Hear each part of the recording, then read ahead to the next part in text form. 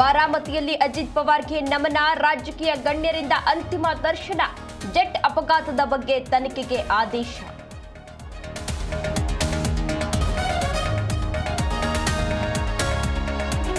Budget ಸಿದ್ಧತೆಗಾಗಿ ಸಭೆ ಕರೆದ CM Siddaramaiah. February 2ರಿಂದ ಇಲಾಖಾವಾರು ಮೀಟಿಂಗ್. ಪ್ರತಿದಿನ 10 ರಿಂದ 12 ಇಲಾಖಾಧಿಕಾರಿಗಳ ಜೊತೆ ಚರ್ಚೆ.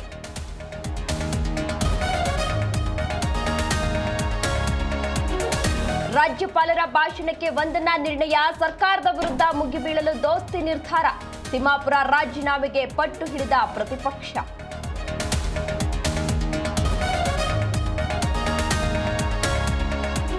ವೈಯಕ್ತಿಕ ದ್ವೇಷಕ್ಕೆ ಅಡಿಕೆ ನಾಶ. 500 ಅಡಿಕೆ ಸಸಿ, 500 ಬಾಳೆ ಕಡಿದು ಕ್ರೌರ್ಯ. ಕೆಆರ್ಪೇಟೆ ತಾಲೂಕಿನ ಸೊಳ್ಳೆಪುರ ಗ್ರಾಮದಲ್ಲಿ ದುರ್ಘಟನೆ.